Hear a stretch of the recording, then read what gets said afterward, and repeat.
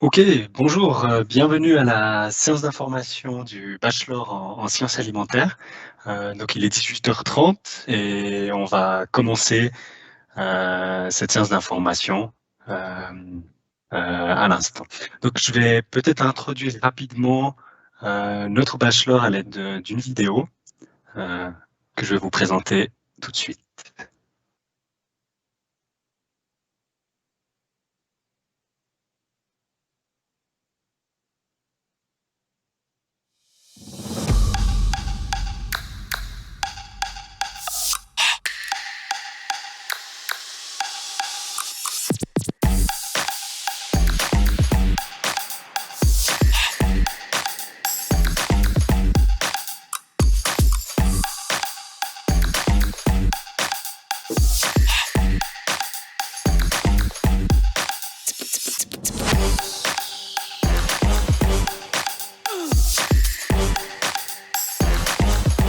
Ah, come on, come on.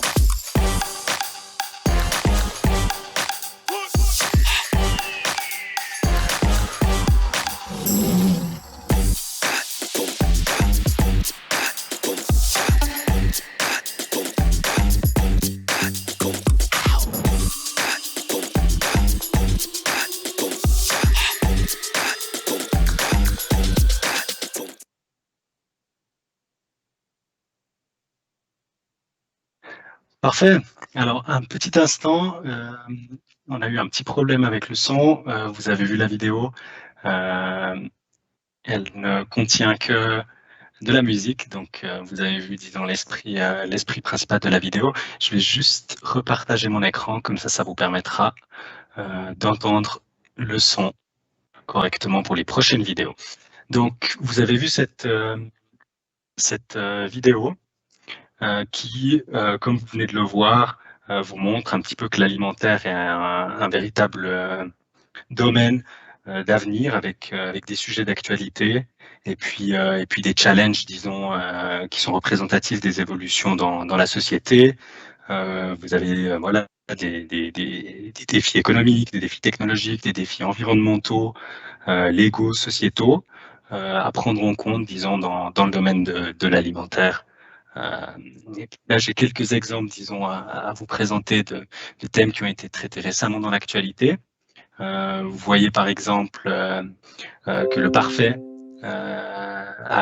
est produit maintenant au Liechtenstein, mais qu'il a le droit de garder, disons, une déclaration suisse. Ça, c'est typiquement des règles de droit qui permettent cela. Et puis, c'est clair, c'est des thèmes qui peuvent apparaître dans les médias.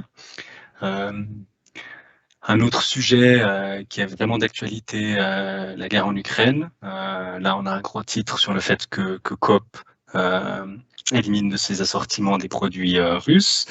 Vous avez aussi toutes les thématiques qui touchent à l'appropriation culturelle, avec les glaces Winnetou. Toutes les questions qui touchent au prix des produits. Vous savez qu'on vit une période d'inflation actuellement. Donc, vous avez notamment quelque chose de très actuel à ce niveau-là, au niveau des denrées alimentaires.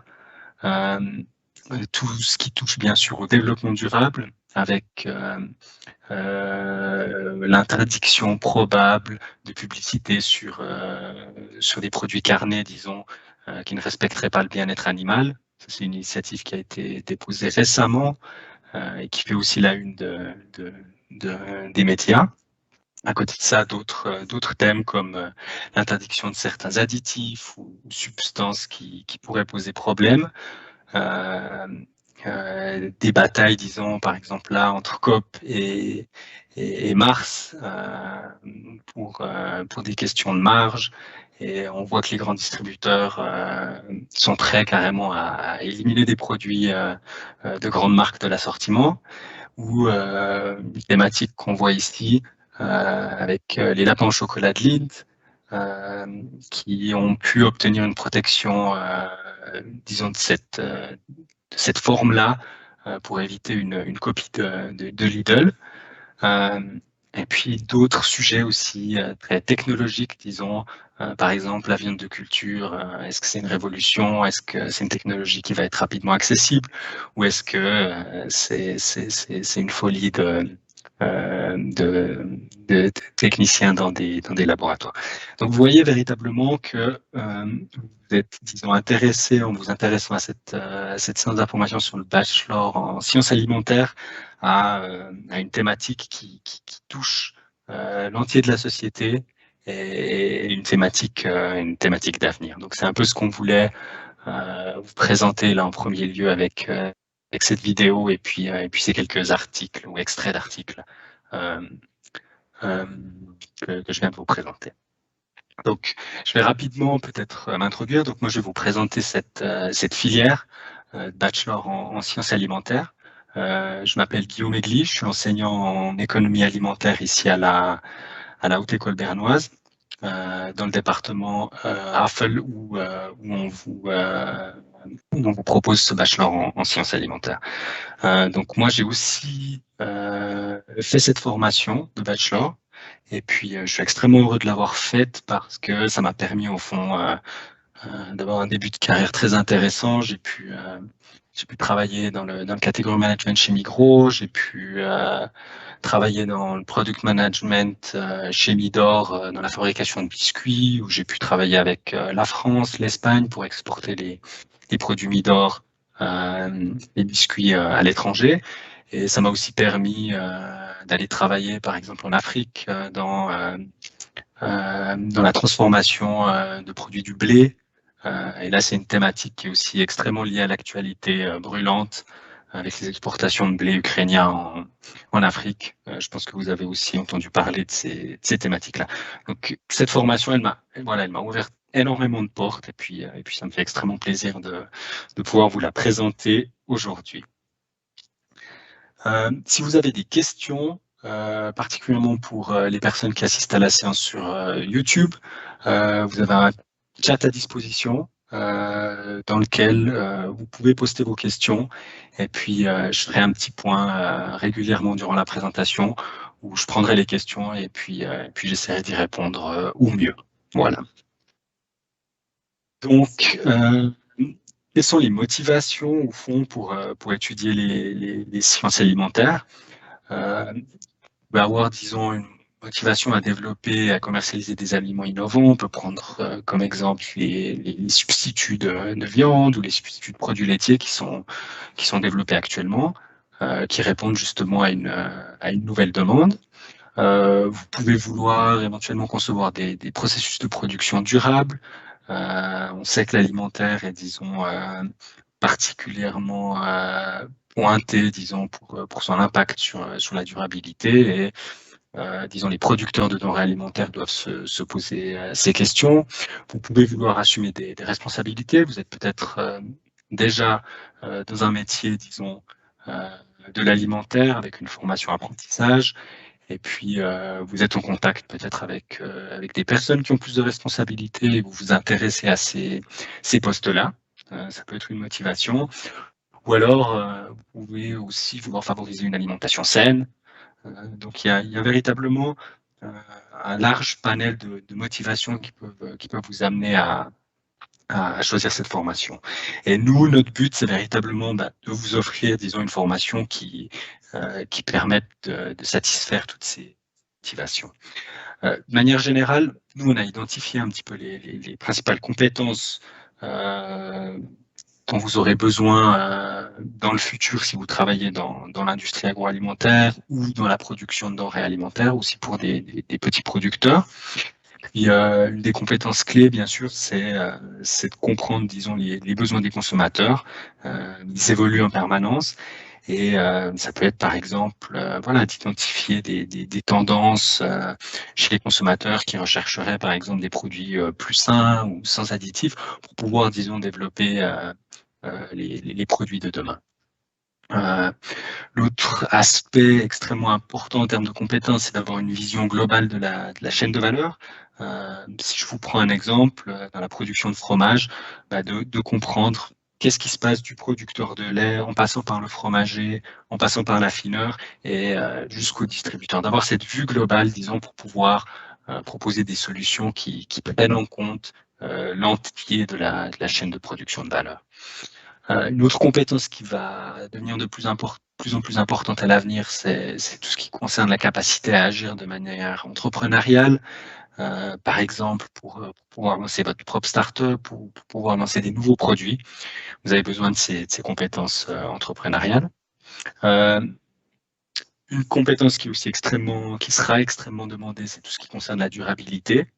Comme je l'ai déjà exprimé, l'alimentaire, disons, a un fort impact. Il est reconnu pour ça, donc il y aura énormément de travail à effectuer à ce niveau-là, dans les chaînes de production alimentaire, dans les chaînes de création de valeur pour, disons, trouver des solutions à l'impact environnemental de la production de denrées alimentaires.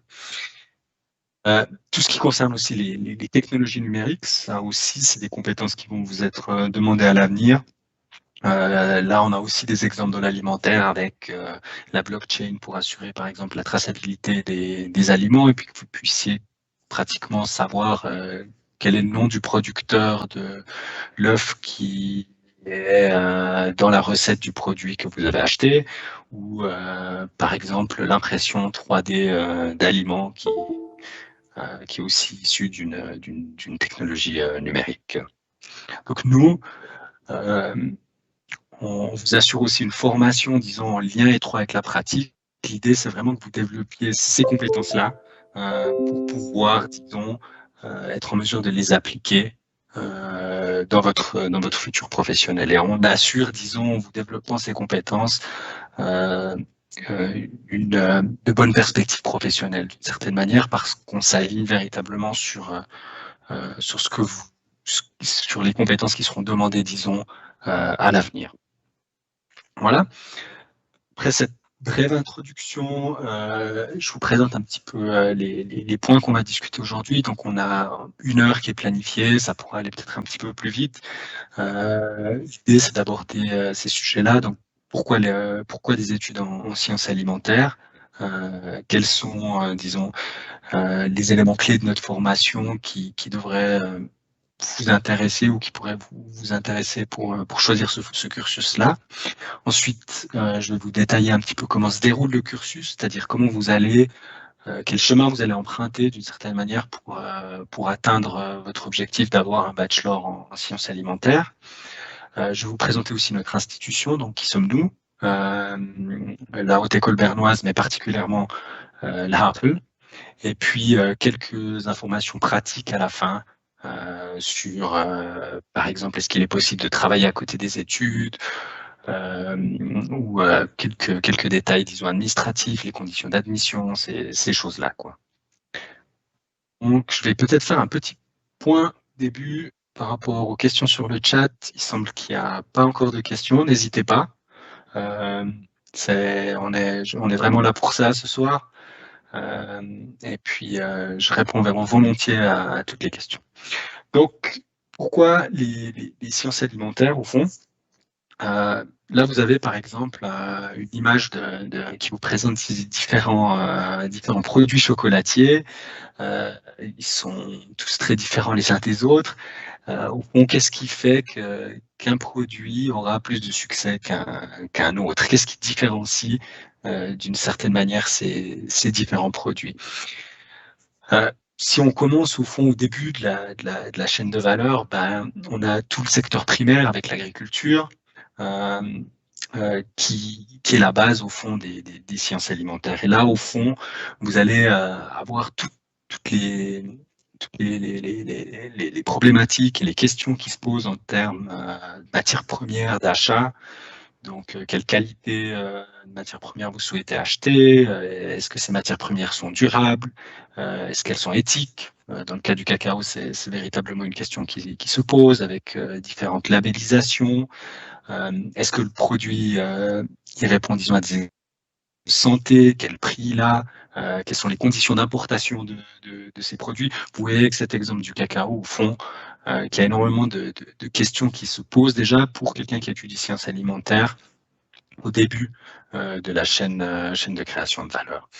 Ensuite, une fois que ces matières premières ont été achetées et acheminées auprès du producteur, il y a d'autres questions qui apparaissent, qui sont plutôt des questions faisant référence à la transformation, donc tout ce qui touche au développement des recettes, au processus de production, à la gestion de la qualité dans votre unité de production, que ce soit une très grande usine ou que ce soit un petit producteur, tout ce qui touche aux technologies qui sont utilisées, aux coûts de production. Donc là, vous avez de nouveau une série de questions auxquelles vous serez en mesure de répondre en faisant cette formation, plus liées, disons, à la transformation. Dernier aspect de la chaîne de création de valeur, au fond, une fois qu'on a transformé les produits, c'est comment on les commercialise. Là, vous avez aussi justement des questions qui se posent en termes de choix de produits à commercialiser, d'assortiment. Vous voyez par exemple ici une publicité pour Lindt, pour reprendre, excusez-moi, pas une publicité, un profil Instagram de Lindt, pour reprendre l'exemple du chocolat. Donc il y a aussi des questions en termes de communication, de promotion, de distribution qui se posent dans cette partie de la fin de la chaîne de création de valeur, donc cette partie commercialisation. Et au fond, nous, ce qu'on vous propose et où on se différencie par rapport à d'autres formations, peut-être dans l'alimentaire, c'est qu'on essaie véritablement de couvrir toutes ces facettes, disons, des sciences alimentaires. Donc, des sciences naturelles, avec de la chimie, de la physique, de la biologie, des connaissances sur les produits, de la nutrition, tout ce qui est analyse sensorielle. On a aussi tout ce qui touche aux sciences de l'ingénieur, avec les technologies de transformation, avec les technologies des processus, la gestion de la qualité, tout ce qui est législatif, et justement des sciences sociales. On va avoir voilà, tout ce qui touche au comportement des consommateurs, à la gestion de l'innovation, à la gestion d'entreprise. Et vous avez véritablement une formation qui est multidisciplinaire, interdisciplinaire et qui vous permet de toucher à tous ces aspects-là. Ça ne vous empêche pas non plus de vous spécialiser, parce qu'on vous offre une formation très large, mais vous avez aussi la possibilité dans le cadre, la possibilité, même l'obligation d'une certaine manière, de vous spécialiser, c'est-à-dire que vous choisissez à partir de la deuxième année, sur les 3 ans du bachelor, une spécialisation, soit en économie alimentaire, donc là vous touchez à toutes les thématiques liées aux achats, à la rentabilité, à la gestion d'entreprise, soit une spécialisation, une orientation en sciences de la consommation. Donc là, ça touche à tout ce qui est comportement de consommation, marketing, publicité, communication, toutes ces thématiques-là, ou une spécialisation en technologie alimentaire. Donc là, vous avez véritablement voilà, tout ce qui touche au mode de transformation, aux biotechnologies, à, à toute la partie analytique, chimie alimentaire, qui est véritablement creusée dans cette spécialisation-là, cette orientation-là. Là, je vais vous présenter rapidement un petit film qui est un témoignage au fond de nos étudiants sur quelle spécialisation ils ont choisi, et puis les raisons qui les ont poussés à faire ce choix. Ça vous permet de vous faire peut-être une petite image euh, de, des différentes orientations auxquelles vous auriez accès.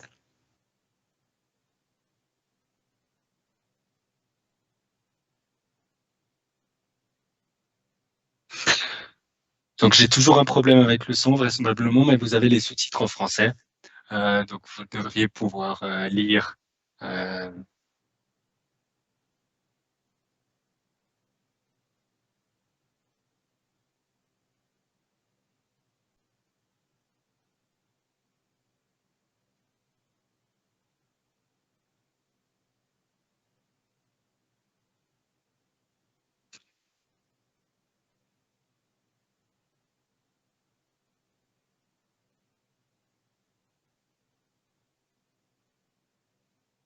voilà, donc c'était quelques témoignages de nos étudiants actuels qui présentaient leur spécialisation. Je suis un peu désolé par rapport au son. On a vraiment un petit souci à ce niveau-là. Je vais encore faire un essai pour voir si j'arrive à m'assurer que lors de la prochaine vidéo, vous ayez vraiment le son. Un petit instant.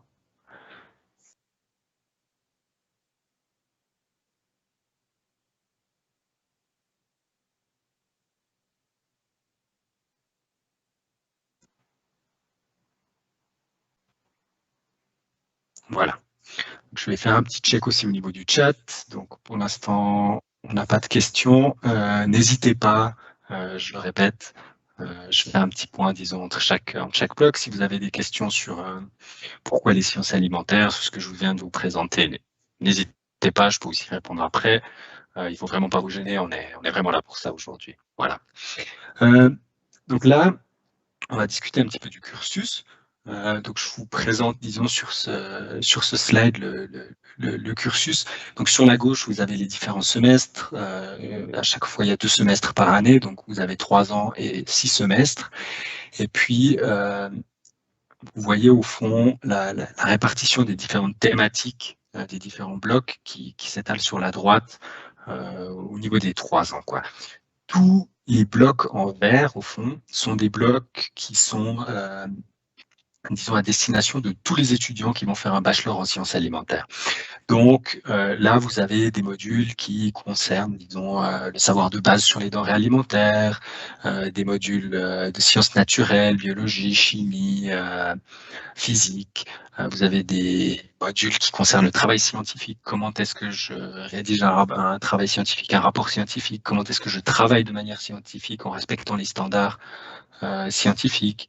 Vous avez aussi des modules de base qui sont toujours destinés à tout le monde sur les technologies de transformation des denrées alimentaires, les technologies d'emballage des denrées alimentaires. Vous avez des modules de base sur tout ce qui touche à l'économie en général, le droit en général, la sécurité alimentaire, des modules aussi de biologie, de diététique, d'alimentation, de gestion de la qualité, de chimie, d'analyse. Donc c'est vraiment un bloc ici, tout ce bloc en vert, qui va disons, être à destination de tous les étudiants qui font un bachelor en sciences alimentaires. Puis à côté de ça, vous avez, disons, en jaune, différents modules qui seront spécifiques, et ça c'est à partir de la 2e année, comme vous pouvez le voir ici, qui sont spécifiques pour les étudiants qui auraient choisi une spécialisation en technologie, quoi. Et là, ils auront véritablement des modules spécifiques à certains groupes de produits et aux technologies appliquées à ces différents groupes de produits, et puis des modules sur la production, disons, durable de denrées alimentaires au niveau technologique. Ensuite, vous avez un bloc en violet qui s'adresse à tous ceux qui vont choisir la spécialisation food business, donc économie alimentaire. Et là, vous avez des modules qui touchent principalement à la gestion d'entreprise, si je simplifie un peu. Mais vous avez des modules comme International Food Business, donc tout ce qui est des achats, de la vente de denrées alimentaires au niveau international, ou des modules qui touchent plutôt au Key Account Management, donc les relations entre les producteurs et les distributeurs. Donc ça, c'est véritablement cette partie économie alimentaire. Vous avez un autre bloc ici en bleu qui, lui, touche, disons, toutes les thématiques économie alimentaire et sciences de la consommation, disons. Il est en commun pour les 2 spécialisations. Donc, vous avez des modules de marketing, de stratégie, et pour ceux qui choisissent la spécialisation Consumer Science, donc sciences de la consommation, ils ont véritablement encore un bloc de modules spécifiques qui touche véritablement à tous les aspects liés au comportement de consommation, à la psychologie des consommateurs, et puis à la gestion aussi du marketing, disons, d'un produit. Donc ça vous permet, disons, de vous former avec un bloc en vert à la base, disons, des sciences alimentaires, et puis vous avez ces blocs de spécialisation qui vous permettent d'aller approfondir, disons, votre spécialisation. À côté de ça, vous avez aussi des travaux scientifiques à rendre, avec 2 travaux de semestre à partir de la 2e année, et un travail de bachelor en 3e année, qui sont des travaux scientifiques que vous rédigez. Vous pouvez là choisir, disons, les thématiques en question, ou sélectionner des thématiques qui sont proposées par des professeurs. Et finalement, vous avez un dernier bloc à droite de modules à option. Donc là, vous choisissez librement des modules en fonction de vos intérêts. Et puis, vous pouvez ainsi, disons, véritablement structurer, disons, votre cursus, quoi. Ça vous permet, disons, d'avoir une certaine flexibilité parce que plus de 40% du cursus est au fond issu de modules ou de thèmes que vous avez choisis vous-même. Dans les modules en vert, j'ai volontairement laissé un dernier bloc, c'est celui que vous voyez ici en haut à gauche, qui s'appelle Proyecte und Synthèse. Ça, c'est un module un petit peu spécifique, parce que c'est un module où on va rassembler, disons, toutes les spécialisations à la fin des études, et puis elles vont toutes travailler ensemble, en groupe, sur un projet de développement de produit, et chacun va venir avec sa compétence. C'est-à-dire que le technologue, donc celui qui a pris une spécialisation en technologie, va vraiment, dans ce groupe-là, dans cette équipe-là, travailler sur la technologie, sur le développement technique du produit. Le food business va plutôt travailler sur les aspects d'approvisionnement, faire les calculations pour savoir à partir de quel volume, par exemple, de production ce produit-là sera rentable. Et puis, celui qui a choisi sciences de la consommation, il établira, par exemple, le plan de marketing pour commercialiser ce produit. Donc, vous avez véritablement aussi cette collaboration entre les différentes spécialisations à la fin de vos études. Concernant les travaux de bachelor, je dis un mot assez rapide à ce niveau-là, mais vous avez la possibilité de choisir des thèmes qui vous intéressent, et puis il est possible de travailler sur des sujets de technologie, de nutrition, d'économie, d'écologie. Vous avez quelques exemples ici avec des travaux de bachelor qui ont été réalisés par nos étudiants. Et vous voyez au fond qu'il y a véritablement une vraie liberté d'action. Donc vous pouvez proposer vos sujets, puis les professeurs ici à la Hafel proposent aussi des sujets. Donc si vous êtes en panne d'inspiration, vous pouvez aussi profiter de cette offre faite par les professeurs.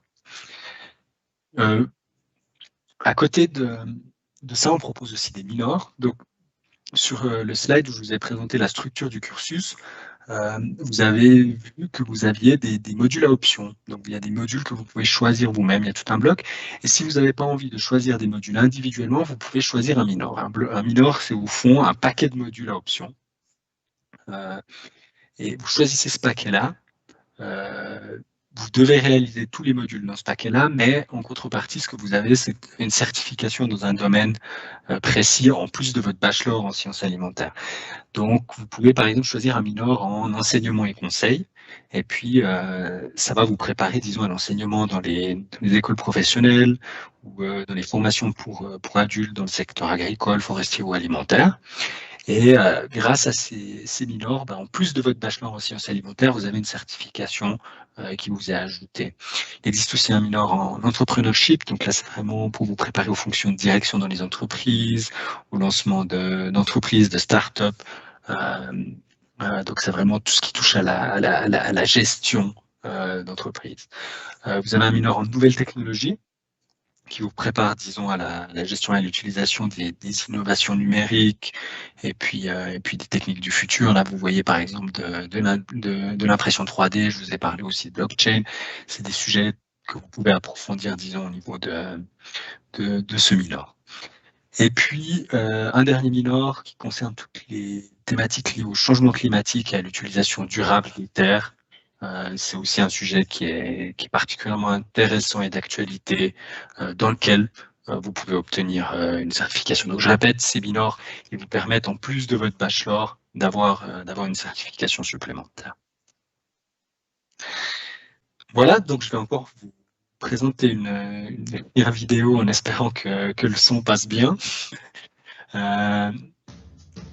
Il y a des sous-titres en français, donc normalement, ça devrait pas Das Ziel dieses Moduls ist die Entwicklung eines marktfähigen und konsumierbaren Lebensmittels. Und natürlich ist nicht dieses Endprodukt das Hauptziel, sondern der Weg an dieses Ziel. Und auf diesem Weg werden Teamfähigkeit, Interdisziplinarität, Lösungsorientierung und Umgang mit Komplexität gelernt und geübt.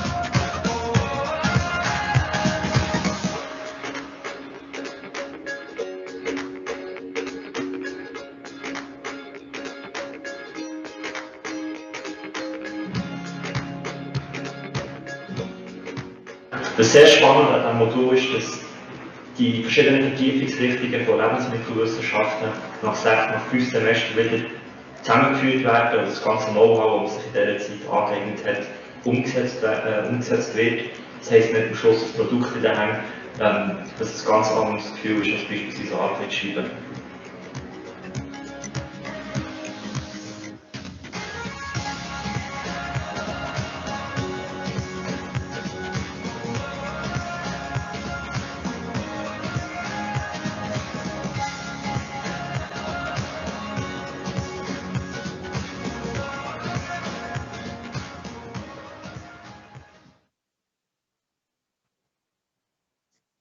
Donc voilà, c'était une vidéo qui présentait ce fameux module qui arrive à la fin des études, où les étudiants des différentes spécialisations travaillent en groupe, disons, pour développer un produit, disons, un produit viable à être commercialisé.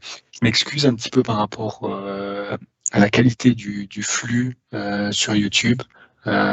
On voit qu'on a un petit peu quelques difficultés à assurer la qualité. J'espère que vous avez pu suivre la vidéo. La présentation vous sera envoyée de toute façon par mail après. Une fois qu'on aura fini, durant ces prochains jours, vous allez recevoir un mail avec la présentation. Il n'y aura malheureusement pas les vidéos, mais si vous avez raté quelques informations, vous pourrez, disons, les consulter sur la présentation. Et les vidéos seront bien sûr aussi accessibles sur YouTube une fois que le streaming sera terminé. Donc ça vous permet éventuellement de revoir certains éléments, et sachez aussi que sur le site internet, vous avez aussi vraiment tout ce que j'explique ici de manière très détaillée. Ça, je vous le présente encore rapidement à la fin. Voilà. Encore un mot concernant les langues. Rappel, on est une école bilingue, disons, donc on parle français, on parle allemand. Je dirais que dans l'enseignement, vous avez environ 70% qui est en allemand et puis à peu près 30% qui est en français. Mais les documents d'enseignement sont en grande partie dans les deux langues, c'est-à-dire que vous allez pouvoir suivre même les cours en allemand avec de la documentation en français. Vous pouvez toujours poser des questions, disons, dans votre langue maternelle. Et puis la majorité des enseignants la très grande majorité des enseignants peuvent vous répondre en français. Ça marche très bien. On trouve en général toujours des solutions pour échanger. Ça peut même être assez drôle des fois, mais ça vous permet aussi justement d'améliorer, disons, votre allemand en étant dans ce contexte-là, quoi. Et puis vous pouvez naturellement effectuer tous les examens dans votre langue d'études, c'est assez clair. Vous devez pouvoir réussir votre bachelor en français, faire l'exercice en français, faire les examens en français. Ça, c'est ce qui est assuré. Donc, moi, j'en ai profité. Je parlais pas forcément très très bien allemand avant de faire la Havel, et ça m'a vraiment permis d'améliorer cette langue-là, enfin mes compétences dans cette langue-là, et ça m'a aussi ouvert énormément de portes après. Donc, je peux témoigner du fait que c'est extrêmement utile, quoi. Sinon, on a aussi d'autres filières de bachelor, un bachelor en agronomie et un bachelor en sciences forestières. Ça pourrait éventuellement vous intéresser. Alors moi, je vous présente plutôt le bachelor en sciences alimentaires, tout ce qui est au niveau de l'agronomie, donc c'est tout le secteur primaire, production végétale, production animale. Et puis le bachelor en sciences forestières, lui, traite justement plutôt de tout ce qui touche, disons, à la gestion des forêts. Voilà. Ouais. Donc, concernant, disons, ces informations sur notre bachelor en sciences alimentaires, sur notre institution, je répète peut-être encore une dernière fois, vous pouvez utiliser le chat, poser des questions, n'hésitez pas. Et puis là, je vais te présenter c'est un petit peu la FAQ, donc avec les questions qui reviennent assez souvent, pour que vous puissiez, disons, avoir des réponses à ces questions-là, quoi. Donc, c'est quelques informations supplémentaires. La première, c'est comment est-ce qu'on peut être admis à la haute école spécialisée, donc à la RAFE. C'est valable pour toutes les écoles spécialisées, le schéma que je vais vous présenter, mais je vais, disons, vous le présenter en lien avec nos études à la Havel. Donc, c'est 3 ans de bachelor si vous le faites à temps plein. Et puis, la voie classique pour accéder, disons, à cette formation bachelor, c'est une formation professionnelle dans un CFC du même domaine que la formation bachelor. Donc, si vous êtes fromager, laitier, laitière, technologue en denrées alimentaires, technologue en industrie laitière, boulangère, meunière, cuisinier, agricultrice, vous pouvez, disons, accéder, disons, à ces formations. Sur le site internet, vous trouvez une liste de tous les métiers, tous les CFC qui vous permettent d'accéder à cette formation. Naturellement, vous devez compléter votre CFC avec une maturité professionnelle. C'est égal quelle maturité professionnelle si vous êtes dans un métier qui a un rapport avec le bachelor en sciences alimentaires.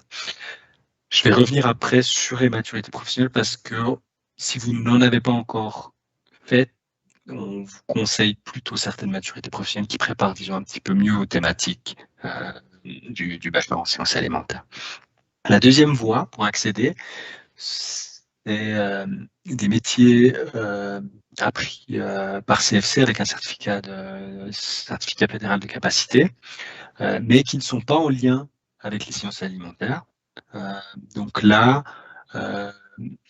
faites une maturité professionnelle de toute façon pour pouvoir accéder à une haute école, comme c'est toujours le cas, mais en plus, vous devez ajouter 1 an de stage préliminaire. Ça vous permet, disons, d'aller une année dans une entreprise du secteur alimentaire et puis de vous familiariser, disons, avec ce domaine. Suite à ce stage, vous pouvez accéder, disons, au bachelor. Vous avez aussi là sur le site internet énormément d'informations concernant le stage préliminaire. Et puis on est aussi en mesure de vous aider, disons, pour trouver une entreprise. On a aussi des partenariats, des contacts et on peut vous faciliter, disons, l'accès à ce stage préliminaire si vous n'avez pas une formation CFC dans le domaine alimentaire. Je reviens peut-être un petit peu en arrière sur les formations qui sont admises. Donc, il y a des formations véritablement dans le domaine alimentaire, mais on admet aussi des formations dans le commerce. Donc, les employés de commerce, les gestionnaires de commerce de détail, eux aussi avec une maturité professionnelle, ils peuvent intégrer, disons, directement un bachelor en sciences alimentaires. Et puis, il y a une autre voie qui permet d'accéder, disons, au bachelor via le stage préliminaire, c'est le gymnase ou le diplôme de culture générale qui vous permet, disons, d'accéder moyennant un stage d'une année ça vous permet d'accéder à cette formation de bachelor en sciences alimentaires. Une dernière voie qui vous permet d'entrer d'être admis dans notre école, c'est un diplôme universitaire d'une autre haute école ou d'une autre université dans une autre orientation. Mais là, de nouveau, il faut aussi faire un stage préliminaire et puis il y a une reconnaissance des études antérieures qui peut se faire sur dossier, c'est-à-dire que certains modules que vous auriez réussi dans une formation précédente pourraient être reconnus et vous n'auriez pas à refaire ces modules-là dans le cadre du bachelor en sciences alimentaires. Mais c'est sur dossier, et là, de nouveau, vous trouvez aussi toutes les informations nécessaires sur le site internet. Concernant la préparation aux études, donc on conseille la maturité professionnelle nature, paysage et alimentation ou la maturité professionnelle technique, architecture et sciences de la vie. On accepte naturellement toutes les maturités professionnelles, mais ces deux-là, disons, sont idéales pour accéder à ces études. Les autres ont quelques, entre guillemets, manques dans certaines branches comme les sciences naturelles, les mathématiques, la chimie, la biologie. Et puis, si vous avez, disons, une autre maturité professionnelle que celle-là, on vous recommande éventuellement de faire une préparation volontaire, soit en ligne.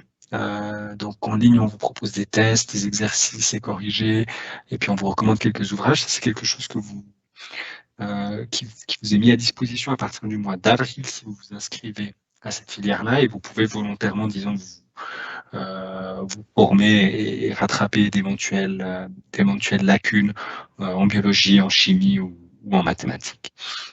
Et une autre possibilité, c'est un cours préparatoire à la Havel. Celui-là, il a lieu durant les 2 semaines précédentes le début des études en septembre, donc précédant la première année. Et puis ça vous permet, vous pouvez sélectionner, disons, des cours, que ce soit des cours de chimie, que ce soit des cours de biologie, vous sélectionnez véritablement ceux dans lesquels vous avez éventuellement des lacunes. Puis ça vous permet, disons, de rattraper votre retard avant de commencer la formation. Voilà. Une autre question que beaucoup se posent, c'est est-ce que je peux travailler en parallèle de mes études?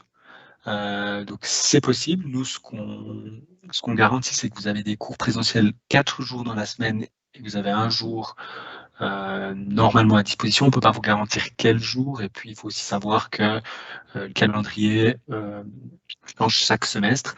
Donc, si vous vouliez travailler à côté, vous devez quand même, disons, si vous êtes à plein temps dans les études, avoir la flexibilité de pouvoir changer de jour de travail. Le travail est naturellement possible aussi pendant les vacances semestrielles, les week-ends et le soir, mais ça c'est véritablement à vous de vous organiser. C'est possible, mais c'est vrai qu'un bachelor à plein temps demande quand même un investissement, donc à vous de gérer. On a aussi du conseil à disposition à ce niveau-là si vous voulez poser plus des questions un petit peu plus détaillées. Si vous étudiez à temps partiel, par contre, alors là, vous pouvez avoir peut-être un petit peu plus, augmenter, disons, votre taux au niveau de votre travail. Mais votre horaire doit toujours être flexible parce que les cours sont planifiés chaque semestre, les horaires changent chaque semestre et on ne peut pas planifier un cours seulement pour vous à une date ou à une heure précise chaque semaine. Donc, votre employeur doit être au courant que vous faites une formation bachelor et doit être flexible, disons, quant au jour auquel vous allez assister au cours et au jour auquel durant lesquels vous allez aller travailler, quoi. Et si vous faites une formation à temps partiel, naturellement, vos études durent plus longtemps, environ 4 à 5 ans. Et le programme, disons, vous le faites en discussion avec le responsable de filière pour l'étaler sur une durée un petit peu plus longue, quoi. Voilà, au niveau des perspectives professionnelles, peut-être c'est aussi quelque chose qui peut vous intéresser. Donc là, on a quelques exemples de postes auxquels vous pourriez aspirer après cette formation. Il y a des postes qui sont plutôt liés à la gestion de la qualité, responsable qualité sécurité alimentaire, responsable de la gestion de la qualité, responsable de tout ce qui est droit alimentaire. Il y a des postes plutôt liés aux finances ou à la gestion, donc tout ce qui est contrôleur, key account manager, vous devez gérer les relations avec des gros clients, des postes liés plutôt au marketing, avec un trainee là par exemple en marketing et vente, des postes liés naturellement à la technologie des denrées alimentaires avec un poste ici d'ingénieur en développement de produits. Et puis peut-être là sur la droite encore quelques postes marketing avec le category management, donc la gestion des assortiments dans la grande distribution, ou des postes de communication. Donc vous voyez, il y a vraiment une palette très large de postes auxquels vous pouvez aspirer, tout en sachant qu'en général, vous allez plutôt dans des postes qui sont en lien avec la spécialisation que vous avez choisie. Disons, c'est un peu la suite logique. Et vous avez naturellement aussi la possibilité de continuer vos études avec un master. Là, il y a différents masters qui existent, plutôt en life science, par exemple, qui se destinent à des gens qui auraient choisi plutôt une filière technologique, une orientation technologie, ou alors des masters plutôt en gestion d'entreprise, comme moi je l'ai fait, par exemple, après ma formation ici à Zollikofen, pour des gens qui auraient plutôt choisi, disons, tout ce qui touche au commerce des denrées alimentaires, à l'économie alimentaire, disons, ces orientations-là. Voilà, ça m'a fait extrêmement plaisir de vous présenter, disons, ce bachelor. Comme je vous ai dit, c'est une formation que j'ai aussi suivie, que j'affectionne particulièrement et j'ai la chance en plus de pouvoir donner des cours dans cette filière actuellement. Voilà, je vous ai remis peut-être cette image de la première vidéo. Je crois que vous avez véritablement une formation ici qui touche à des thématiques actuelles, à des défis d'avenir. Et puis, on a cette phrase ici, think about it and change it now. Donc, c'est une formation qui vous équipe, disons, qui vous donne les compétences pour pouvoir procéder à ces changements qui vont apparaître dans le monde de demain. Donc, on a véritablement cette combinaison qui est unique en Suisse entre technologie alimentaire et gestion d'entreprise. Vous avez véritablement ces compétences diverses et variées. Dans les autres écoles, vous allez être spécifiquement formé aux technologies ou à la gestion d'entreprise, mais vous ne trouverez pas ce mélange ailleurs. On a une approche, disons, fondée scientifiquement avec des concepts qui sont éprouvés au niveau scientifique, mais on vous apprend à les mettre en pratique. L'idée, c'est véritablement que vous soyez proche de la pratique et que rapidement après votre formation, vous soyez véritablement en mesure de travailler, que ce soit en lançant votre projet à vous, votre start-up, ou que ce soit en allant travailler dans une entreprise. Ça peut être une petite, une moyenne ou une grande société, selon vos préférences. On couvre véritablement toute la chaîne de production de valeur, donc de la production primaire à la consommation. Vous avez véritablement une vue d'ensemble. Et puis, on vous assure aussi une atmosphère conviviale et un suivi individualisé. Sur le campus ici à Zollikofen, on est tous très proches les uns des autres. Vous avez des classes à taille raisonnable. C'est pas des grands amphithéâtres où c'est totalement impersonnel. Vous pouvez échanger avec les autres étudiants. Vous avez la possibilité de discuter directement avec les professeurs. Et vous avez aussi un environnement, disons, d'études qui est plutôt agréable. On est à proximité de la forêt, on n'est pas loin de Berne quand même. Et puis vous avez une piscine, vous avez une très bonne un très bon restaurant et d'autres équipements, disons, sportifs. Donc ça, c'est aussi des choses à prendre en compte. N'hésitez pas aussi à venir visiter le campus. On organise des visites. Ça, vous trouvez aussi des informations sur le site internet, disons. Dernier slide encore concernant le délai d'inscription. C'est le 30 du 4 2023, donc vous avez encore un petit peu de temps pour réfléchir. Comme je vous l'ai dit, il est possible d'organiser des visites individuelles. Là, vous trouvez toutes les informations sur le site internet. Il y a aussi la possibilité de faire des entretiens de conseil avec le responsable de filière, M. Burki. Là aussi, toutes les informations sont disponibles sur le site internet. Et puis, vous le voyez ici, bfa.ch/Havel. Et peut-être une dernière information qui me vient encore à l'esprit. On a un internat sur le campus, donc pour les personnes qui souhaiteraient loger sur place, vous avez véritablement des conditions avantageuses pour loger sur place. Et puis aussi pour profiter des bons côtés de la vie estudiantine avec pas mal de soirées et de fêtes qui sont organisées par les étudiants. Voilà. Je vais rester en ligne encore peut-être 5 minutes. S'il y a des questions, n'hésitez pas dans le chat. Je vais les prendre et puis y répondre. Et puis, si vous n'avez pas de questions, c'est un vrai plaisir de vous présenter cette filière. Et je vous souhaite une très bonne soirée et j'espère peut-être vous voir à la prochaine rentrée. Merci beaucoup. Au revoir.